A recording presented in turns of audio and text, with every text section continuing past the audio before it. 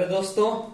तो आज बिल्कुल नई क्लास, केमिस्ट्री की नई क्लास और नए चैप्टर की अपन ने एक सीरीज न्यू लेक्चर स्टार्ट करने जा रहे हैं। जो चैप्टर है मेटलर्जी तो नॉर्मली अपन कहते हैं, लेकिन एनसीईआरटी में चैप्टर है general principles and processes of isolation of elements, और जनरली अपन कहते हैं मेटलर्जी शॉर्ट में, है ना। क्या है ये चैप्टर एनसीईआर? अभी तो सीबीएसई ने हटा दिया है, लेकिन जो नीट और जेईई एस्पिरेंट्स हैं उनके लिए तो चैप्टर इंपॉर्टेंट है। बहुत सारी प्रोसेस है, उनको पढ़ेंगे। अब मेटलर्जी होता क्या है? सबसे पहले टर्म मेटलर्जी क्या होता है? मेटल्स का एक्सट्रैक्शन, मेटल का एक्सट्रैक्शन को मेटलर्जी कहते हैं। ठीक है। अब सबसे पहले इसमें दो टर्म आते हैं, ओर और मिनरल। सबसे पहले अपन जानते हैं कि मिनरल क्या होता है। जो अपना अर्थ है, अर्थ में से जो नेचुरली अकरिंग सब्सटेंस होते हैं उन्हें मिनरल्स कहते हैं। These are the substance that naturally occurring on earth. Earth में जैसे रॉक्स होती हैं, कोल होता है, उन्हें मिनरल्स कहते हैं। फिर जैसे कि ये एक सब्सटेंस है, ये है मिनरल। अब मिनरल्स में अपने इसमें बहुत सारे एलिमेंट्स भी हैं, बहुत सारे मेटल्स भी हैं, मतलब मेटल्स है, नॉन मेटल्स है, सारे एलिमेंट्स हैं, और इसमें इम्प्योरिटीज भी हैं। तो इम्प्योरिटीज भी हैं, इनकी रिफाइनिंग और इनसे जो वैल्यूएबल सब्सटेंस है उनका एक्सट्रैक्शन, इनसे एक्सट्रैक्शन करना, क्या इनसे एक्सट्रैक्शन करना और अपना वैल्यूएबल सब्सटेंस को लेना। वैल्यूएबल जो सब्सटेंस निकल के आएगा उसे कहेंगे ओर। मतलब डेफिनेशन देखेंगे, the minerals from which metal can be extracted economically is called ore.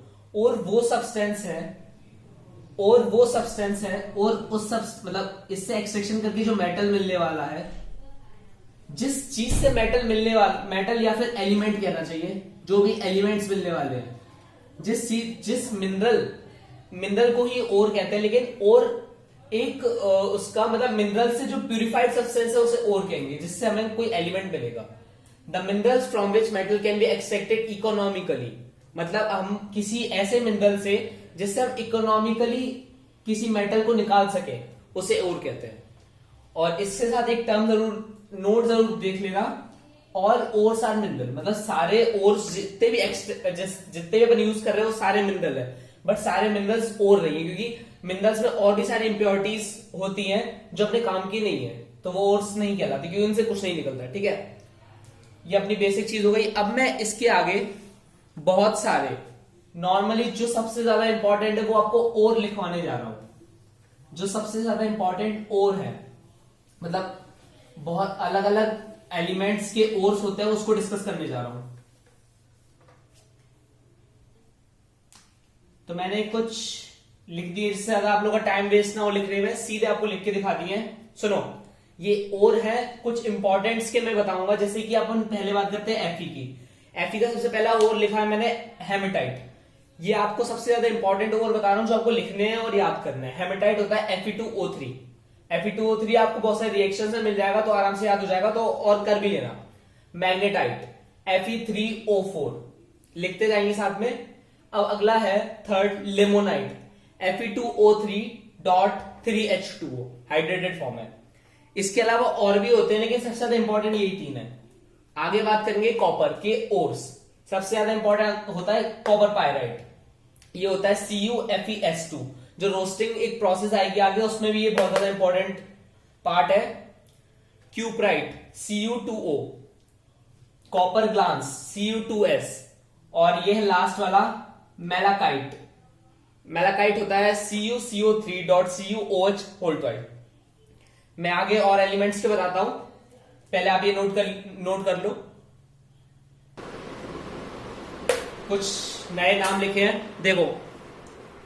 Zinc, Zn से शो करते हैं जिंक को, पता ही होगा यार। इसमें सबसे पहला नाम आता है जिंक ब्लेंड, ZINCBLEND, अलग अलग टर्म है। जिंक ब्लेंड, इसको दिखाते हैं ZNS से, ZNS zinc sulphide.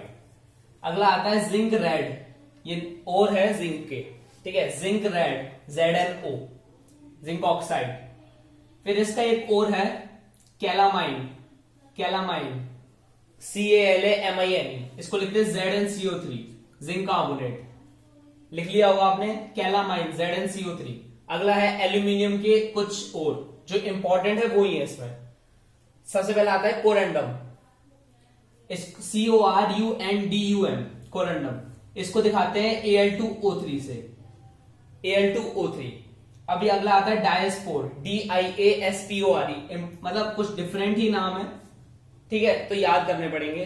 डायोस्पोर, Al2O3.H2O, Al2O3.H2O, hydrated form है ये वाला भी। ये है बॉक्साइट, सबसे ज्यादा इंपॉर्टेंट और है एल्यूमिनियम का ये बॉक्साइट, इसके बहुत सारे रिएक्शंस भी हैं। Al2O3.2H2O। अगला है एक अकेला ही खुद माइका, MICA, माइका, ठीक है, इसको लिखते हैं K2O3, नोट करते चलो, K2O3.Al2O3.6Si2.2H2O। काफी बड़ा फॉर्मूला है लेकिन इंपॉर्टेंट है माइका, ठीक है। अगले हैं मैग्नीशियम के। मैग्नीशियम में पहला आता है एप्सोमाइट, EPSOMIT, एप्सोमाइट, इसका है MgSO4.7H2O। अगला है डोलोमाइट, इसका है MgCO3.CaCO3।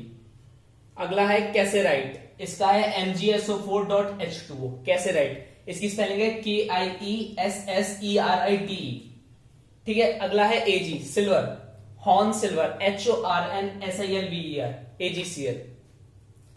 ये है PbCl, इसमें आता है गैलेनाइन, GALEN, बहुत इंपॉर्टेंट है। PbS, PB और सल्फर वाला S। मैं इंपॉर्टेंट और एक और लिखने वाला हूं, देखना अभी।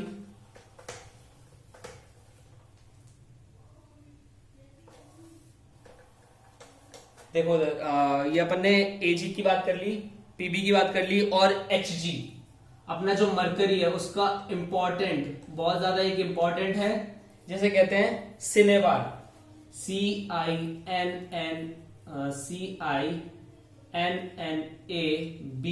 बहुत ज्यादा इंपॉर्टेंट है। HGS, ठीक है, HGS होता है सिनेबार। इसके बाद है इंपॉर्टेंट मैग्नीज का, MN, मैग्नीज का है इंपॉर्टेंट एक पायरोलुसाइट, PYROLUSITE,